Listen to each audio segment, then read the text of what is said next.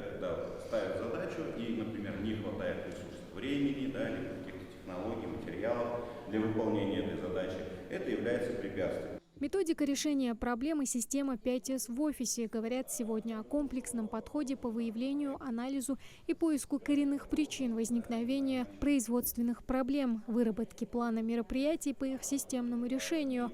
Этот тренинг проходит для руководителей и сотрудников органов исполнительной власти и местного самоуправления. Превышение сроков – это отличие, опять же, да, текущего состояния от нашего целевого, то, что написано как раз в регламенте. Да, это и есть проблема. Когда мы с вами видим такую ситуацию, это означает, что нам необходимо предпринять какие-то решения. Методика исключает превращение решения проблемы в бесконечный процесс борьбы с симптомами, выработав эффективный метод и стандартизировав его. Текущее состояние, да, и, скажем так, предполагаем, к чему это может привести.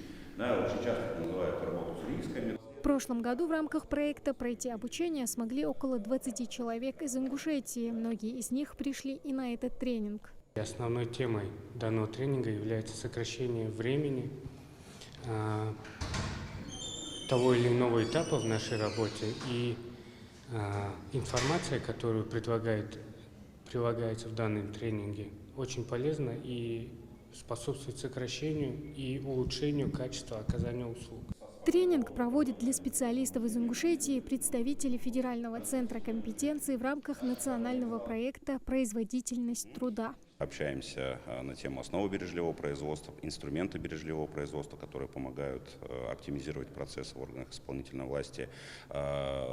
Плотно общаемся на тему методики решения проблем, реализации проектов по улучшению, ну и управления изменениями, которые помогают внедрить изменения, положительные изменения в процессах для улучшения процессов в органах исполнительной власти.